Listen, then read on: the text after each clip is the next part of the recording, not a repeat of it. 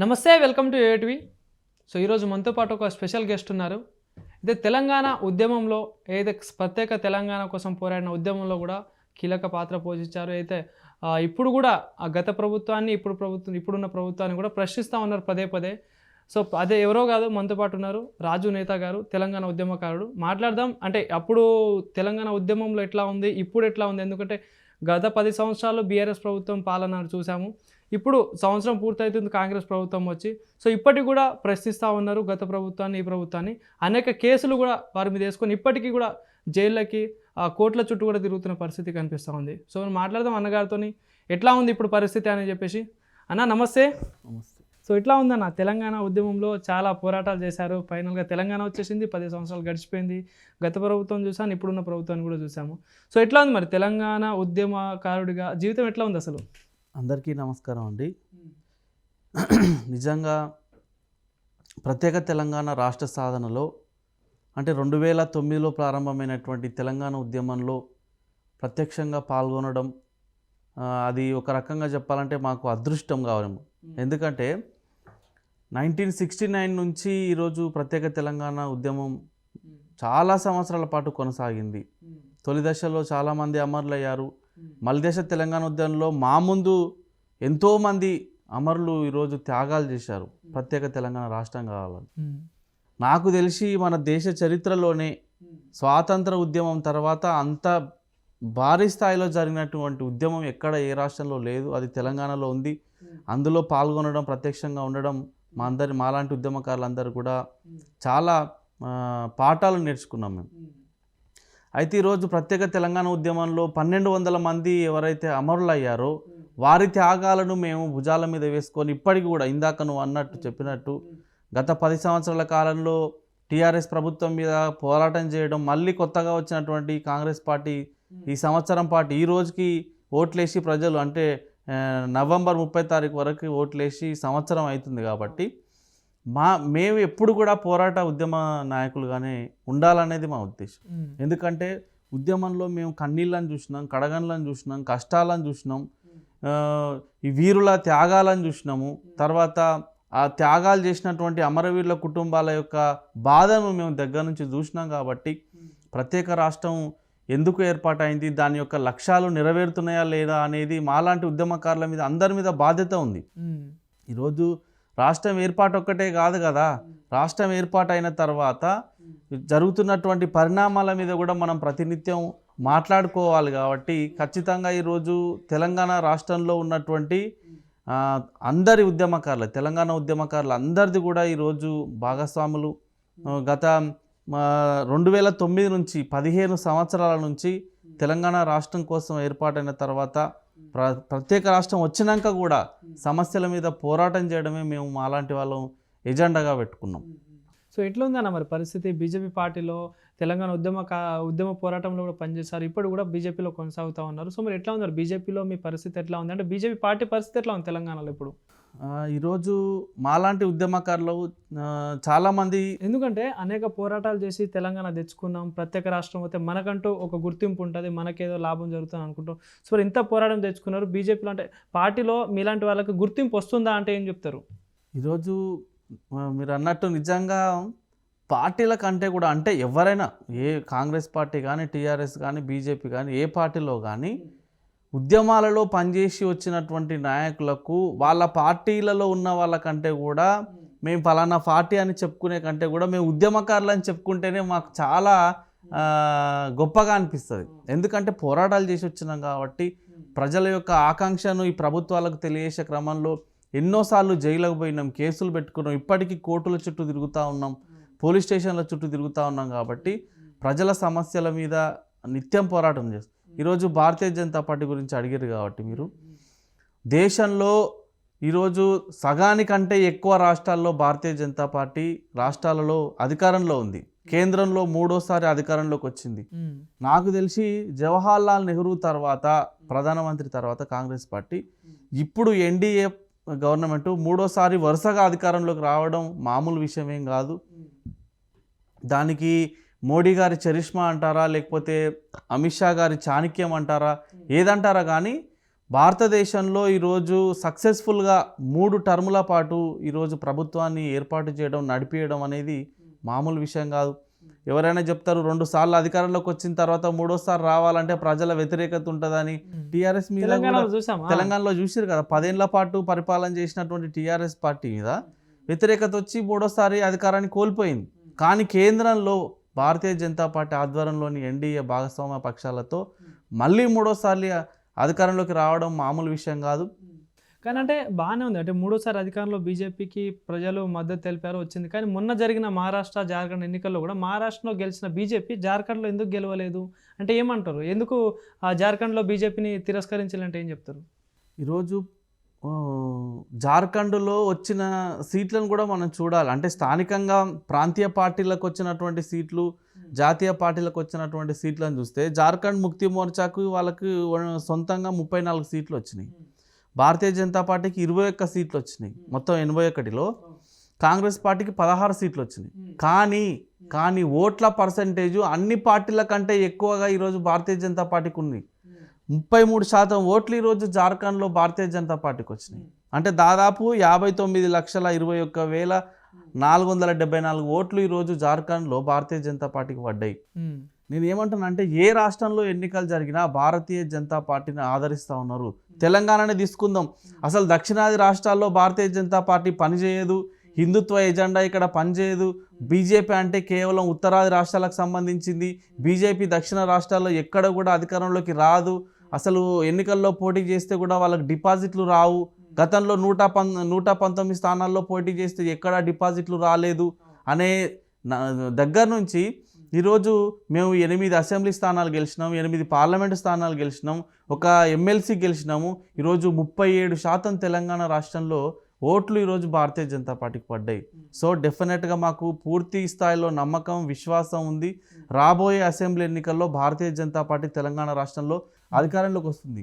దీనికి తెలంగాణ రాష్ట్రంలో ఉన్నటువంటి భారతీయ జనతా పార్టీ శాఖ ప్రజల పక్షాన నిలబడి పోరాటం చేస్తుంది. అదే రకంగా కేంద్రంలో ఉన్నటువంటి ఎన్డీఏ గవర్నమెంట్ ఏదైతుందో చేపట్టినటువంటి కార్యక్రమాలు, అంటే ఇచ్చినటువంటి మేనిఫెస్టోలో పెట్టినటువంటి విషయాలే కాకుండా దేశంలో అనేక సంవత్సరాల నుంచి ఏదైతే సమస్యలు పట్టి పీడిస్తున్నాయో వాటన్నిటినీ ఈరోజు భారతీయ జనతా పార్టీ సమస్యలకు అన్నిటికీ పరిష్కార మార్గాలను చూపించింది. ఈరోజు 370 ఆర్టికల్ ఎన్ని సంవత్సరాలు, దాదాపు 60-70 సంవత్సరాల నుంచి ఈరోజు కాశ్మీర్ను రావణ కాష్టంలా రగిలించినటువంటి 370 ఆర్టికల్ను ఒక పెన్నుపోటుతోని ఈరోజు పార్లమెంట్లో పెట్టి తీసేసినాం కదా. ఈరోజు జమ్మూ కాశ్మీర్ సస్యశ్యామలంగా ప్రశాంతంగా ఎన్నడూ జరగలేనటువంటి మొన్న జరిగినటువంటి ఎన్నికల్లో చూడండి, ఎక్కడైనా బాంబు దాడులు జరిగినాయి, ఎక్కడైనా ఈవీఎంలు ఎత్తుకపోయిర్రా, ఎక్కడైనా ఉగ్రముఖలు దాడి చేయాలనే ప్రయత్నం చేసిర్రా. ప్రజలు స్వచ్ఛందంగా, స్వేచ్ఛగా, ప్రశాంతంగా ఈరోజు ఓట్ల పండుగలో పాల్గొన్నారు. అక్కడ 370 ఆర్టికల్ తీసేయడం కారణంగా ఎన్నోసార్లు ఐక్యరాజ్య సమితి కూడా ఈరోజు దేశంలో అల్లర్లు చెలరేగుతున్నాయి జమ్మూ కాశ్మీర్ విషయంలో అని చెప్పింది. కానీ ఈరోజు భారతీయ జనతా పార్టీ కంకణం కట్టుకొని 370 ఆర్టికల్ను తీసేసింది. అదే రకంగా 500 సంవత్సరాల పైచిలుకు ఈరోజు నానుతున్నటువంటి సమస్య అయోధ్య రామమందిర నిర్మాణం. అయోధ్య రామమందిర నిర్మాణం కోసం ఎంతోమంది ఈరోజు కరసేవకులు అయోధ్యలో అమరులయ్యారు, త్యాగాలు చేశారు, ఎన్నో సంవత్సరాలు కోటల చుట్టూ తిరిగారు ఈ కేసుల కోసం. ఆ సమస్యలకు చక్కటి పరిష్కార మార్గాన్ని చూపించినటువంటి పార్టీ ఈరోజు భారతీయ జనతా పార్టీ. అంటే ఏం చెప్తారన్న, ఒక పక్క బీజేపీ పార్టీ అంటేనే మతాల మధ్యలో చిచ్చు పెట్టి మతాలను పెట్టుకొని ఓట్లు దండుకునే ప్రయత్నం చేస్తుందంటూ కూడా చెప్తున్న వార్తలకి, అంటే మాటలకి ఏం చెప్తారు మరి బీజేపీ? ఈరోజు కొంతమంది కావాలని ప్రతిపక్షంలో ఉన్నటువంటి వాళ్ళు కానీ, మా సిద్ధాంతాలకు వ్యతిరేకంగా పనిచేసేటువంటి వాళ్ళు కానీ, అనునిత్యం మా మీద దుమ్మెత్తి పోసేటువంటి కొంతమంది ఉంటారు, కావాలని బురద జల్లేటువంటి వాళ్ళు కొంతమంది ఉంటారు. వాళ్లకు భారతీయ జనతా పార్టీ నచ్చకపోవచ్చు, కానీ ఈరోజు దేశంలో అందరి ప్రజలకైతే భారతీయ జనతా పార్టీ నచ్చుతుంది కదా. బీజేపీ ఉంటేనే దేశానికి శ్రీరామ రక్ష, బీజేపీ ఉంటేనే అభివృద్ధి, బీజేపీ ఉంటేనే నమ్మకం. బీజేపీ పార్టీ అంటే ఇచ్చిన హామీలను అన్నిటినీ నెరవేరుస్తుంది. 3 తలాక్ బిల్లు ఎత్తేయడం కానీ, 370 ఆర్టికల్ కానీ, అయోధ్య రామమందిర నిర్మాణం కానీ, సిఏఈ బిల్లు కానీ, తర్వాత యూసీసీ ఏదైతే యూనిఫామ్ సివిల్ కోడ్ అమలు కానీ, ఇలా అనేక విషయాలలో ఈరోజు భారతీయ జనతా పార్టీ చేసి చూపించింది కదా. మహిళా రిజర్వేషన్లు బిల్లు కానీ, ఇట్లా బీజేపీ ఏదైతే చెప్తుందో అది చేస్తుంది అనేటువంటి నమ్మకం ఈరోజు దేశంలో ఉంది. క్రమంగా ఈరోజు తెలంగాణ రాష్ట్రంలో కూడా పెరిగిపోతుంది. ప్రజల్లో బీజేపీకి మద్దతు విశ్వాసం పెరుగుతుంది. కాంగ్రెస్ పార్టీ వచ్చిన సంవత్సరం లోపలనే డొల్లతనాలన్నీ బయటపడుతున్నాయి కదా. ఏం చెప్తారన్న మరి తెలంగాణలో కాంగ్రెస్ పార్టీ సంవత్సరం పాలన పూర్తయింది. కాంగ్రెస్ పార్టీ డిసెంబర్ 1 నుండి 9 వరకు కూడా సంబరాలు జరుపుకునే ప్రయత్నంలో కాంగ్రెస్ పార్టీ ఉంది. ఈరోజు పాలమూరులో కూడా చూస్తున్నాం, సభ పెట్టి కూడా సంబరాలు చేసుకున్నాం. ఏంది మరి ఈ సంవత్సరం పాలనలో కాంగ్రెస్ ప్రజాపాలన కనిపిస్తుందా? 6 గ్యారెంటీలు అమలు అయిపోయినట్టు కనిపిస్తుందా అంటే ఏం చెప్తారు? ఈరోజు కాంగ్రెస్ పార్టీ సంబరాలు చేసుకుంటుంది అంటే నవ్వుతున్నారు జనాలు బయట. ఎందుకు సంబరాలు చేస్తున్నారు ఏంది అర్థం కావట్లాంటి పరిస్థితి. మీరు ఇచ్చినటువంటి 6 గ్యారెంటీలు ఎక్కడ పోయినవి? మీరు ఇచ్చినటువంటి మీరు తీసుకున్నటువంటి ప్రజాపాలన దరఖాస్తులు ఎక్కడ పోయినవి? చెత్తబుట్టిలో వాడేసిరా లేకపోతే రోడ్ల మీద వారేసిరా?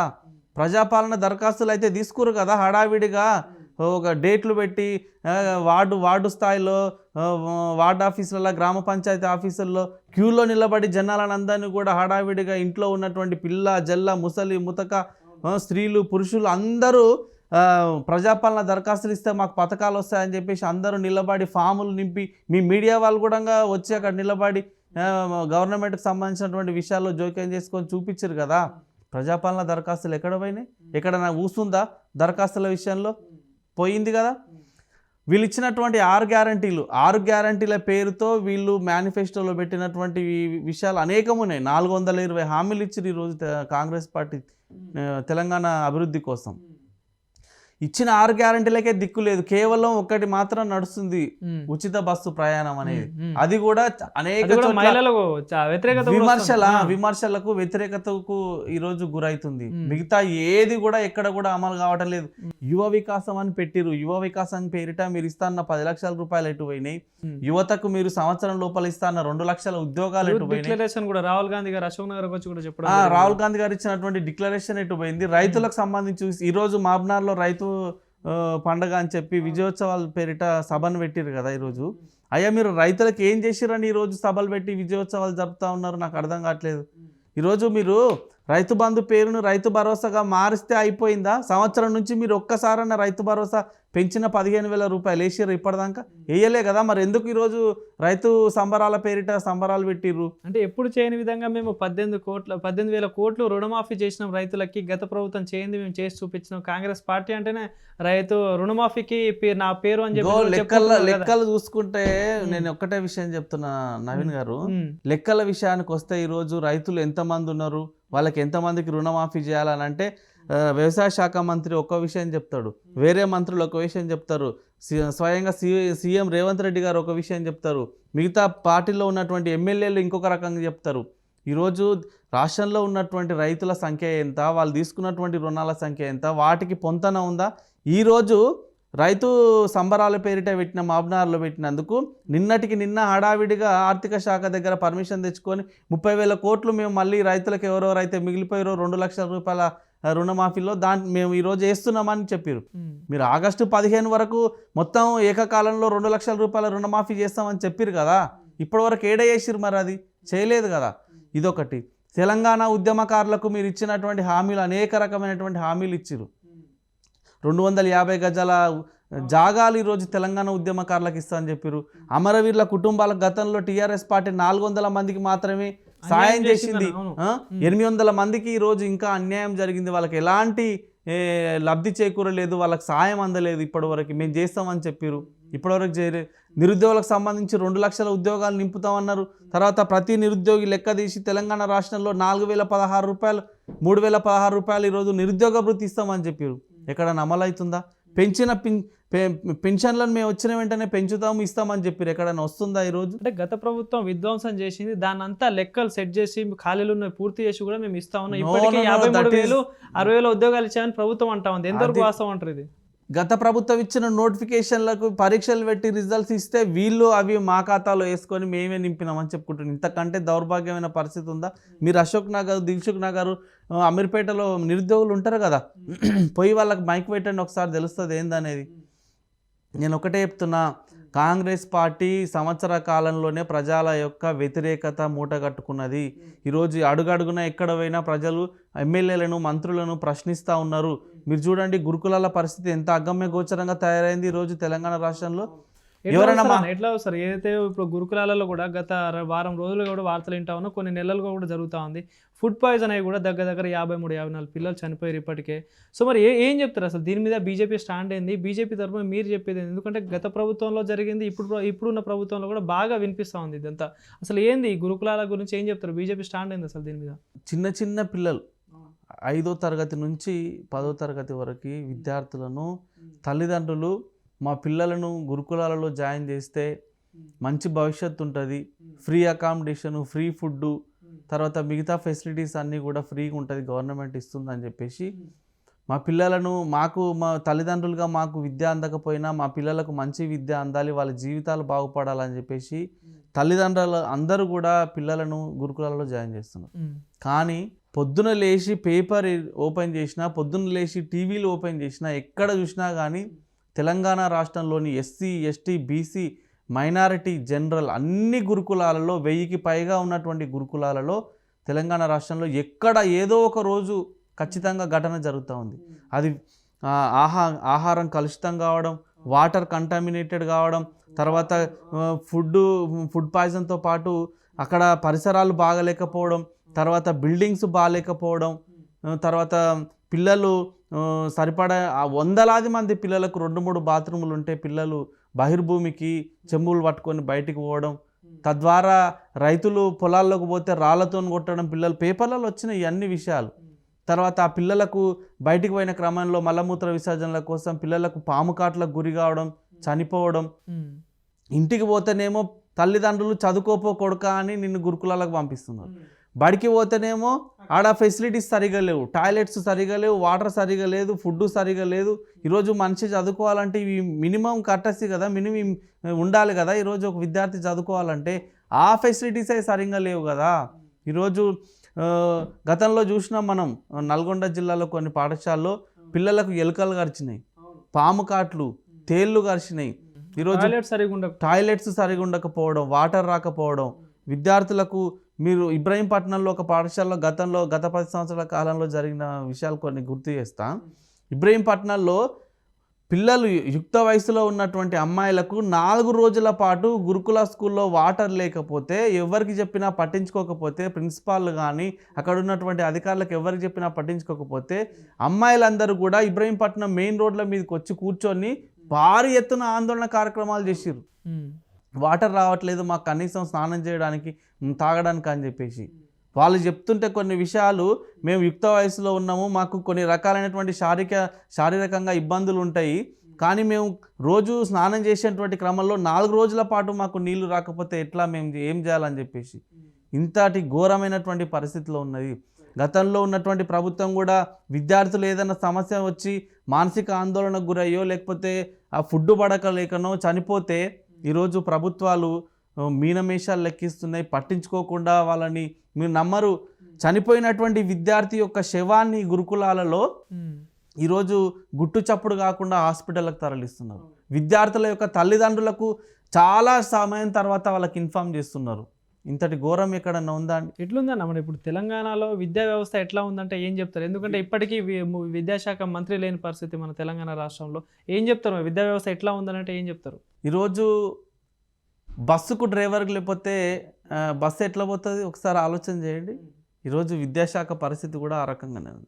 డ్రైవర్ ఉండాలి కదా ఈరోజు విద్యా వ్యవస్థకు. డ్రైవర్ లేకుండా ఈరోజు వదిలేసిర్రు. ఆ బస్సు ఎక్కడ పోతుందో, ఎందుకు పోతుందో, ఎక్కడ యాక్సిడెంట్ అవుతుందో తెలియనటువంటి పరిస్థితి. రాష్ట్రంలో ఉన్నటువంటి ప్రాథమికోన్నత జిల్లా పరిషత్తు పాఠశాలలో ఈరోజు మాగన్నూరులో ఘటన జిల్లా పరిషత్ స్కూల్లో ఒక్క వారం రోజుల లోపల 3 సార్లు అదే ఆహారం కలుషితం మీద ఈరోజు వందలాది మంది విద్యార్థులు హాస్పిటల్లో జాయిన్ అయ్యారు. 3 సార్లు ఒకటే స్కూల్లో.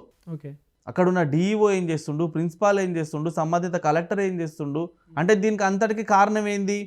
There is no bus driver to the education system. కాబట్టే ఈరోజు అట్లా జరుగుతుంది. నిజంగా ఒకవేళ విద్యాశాఖ మంత్రి ఉంటే ఆ సమస్య మీద ఆరాధిస్తాడు, సంబంధిత అధికారులకు తాకీదులు జారీ చేసేవాళ్ళు, షోకాల్ నోటీసులు ఇచ్చేవాళ్ళు, డిస్మిస్ చేసేవారు, లేదంటే సస్పెండ్ చేసేవారు. కానీ ఇది ఏది జరుగుతలేదు. విద్యాశాఖ చాలా అధ్వానంగా తయారైంది తెలంగాణ రాష్ట్రంలో. ఈరోజు మనిషికి విద్య, ఆరోగ్యం ఎంత ఇంపార్టెంటో మనం చూసినాం.